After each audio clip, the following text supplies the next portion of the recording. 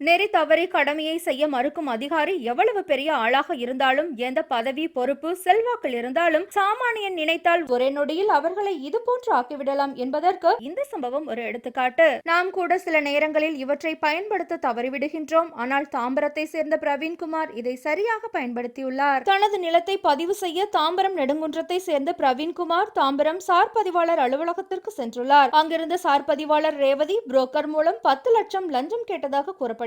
முதலில் 2 லட்சம் கட்டணம், அப்புறம் மீதியை கொடுக்கணும் என கூறியுள்ளார். எல்லோரையும் போன்று பிரவீன்குமார் இதை சாதாரணமாக கடந்து செல்லவில்லை. நான் கஷ்டப்பட்டு வாங்கின இடத்தை பதிவு பண்ண உனக்கு 10 லட்சம் கொடுக்கணுமா? இனி நீ என்ன மாதிரி யார்கிட்டையும் பணமே கேட்க முடியாத அளவு செய்கின்றேன் என முடிவு செய்து துணிச்சலாக லஞ்ச ஒழிப்புத்துறை போலீசாருக்கு தகவல் சொல்லியுள்ளார். லஞ்ச ஒழிப்புத்துறை போலீசார் 2 லட்சம் பணத்தை கொடுக்கிற மாதிரி போங்க, மத்ததை நாங்க பாத்துக்கிறோம் என பிரவீன்குமாருக்கு பக்கபலமாக நின்றனர். சார் பதிவாளர் அலுவலகத்திற்கு 2 லட்சம் பணத்தோடு பிரவீன்குமார் சென்றுள்ளார். லஞ்ச ஒழிப்பு போலீசார் மாறு வேடத்தில் வெளியே நின்றுள்ளனர். இதை பற்றி எதுவும் தெரியாத சார் பதிவாளர் ரேவதி, நமக்கு இன்னைக்கு 2 லட்சம் வரப்போகுது என ஆசையாக பிரவீன்குமாரிடமிருந்து பணத்தை வாங்கியுள்ளார். ரேவதி பணம் வாங்கும் போது மாறு வேடத்தில் இருந்த லஞ்ச ஒழிப்புத்துறை போலீசார் ரேவதியை சினிமா பாணியில் கையும் களவுமாக பிடித்தனர். கேமராவை பார்த்ததும் ரேவதி முகத்தை மூடிக்கொண்டார். மாட்டிக்கிட்டோமே என கண்ணீர் வடித்துள்ளார். மாட்டிக்கொண்டதும் ரூமுக்குள் ஓடிப்போய் ஒளிகின்றார். போலீசார் விடவில்லை.